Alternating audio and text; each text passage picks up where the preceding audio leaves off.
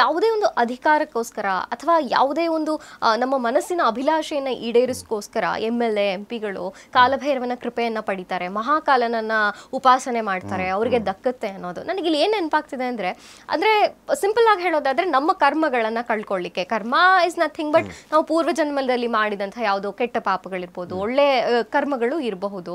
So ಅದರ related ಆಗಿ ಏನೇನು ಪಾಪಗಳನ್ನು ಮಾಡಿರ್ತೀವಿ ಅದನ್ನು ಕಾಲಭೈರವ ಕಳಿತಾನೆ ಅನ್ನೋವಂಥದ್ದ. ಅಂದರೆ ಇಲ್ಲಿ ಕಾಲ ಅನ್ನೋ ಹೆಸರು ಬರ್ತಿದೆ, ಕಾಲಭೈರವ. ಸೊ ಕಾಲಕ್ಕೆ ನಿಯಾಮನವಾದಂಥವನು ಕಾಲಭೈರವ ಅದನ್ನ ನಾಶ ಮಾಡ್ತಾನೆ ಅನ್ನೋವಂಥದ್ದ.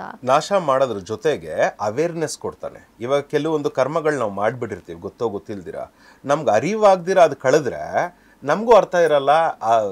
ಏನಂತೀವಿ ಯೂನಿವರ್ಸಲ್ಲೂ ಅದು ನಾವು ಬಂದಿರೋದು ಏನಕ್ಕೆ, ಇಲ್ಲಿ ಕರ್ಮನ ಮುಗಿಸ್ಕೊಂಡು ಹೋಗೋದಕ್ಕೆ.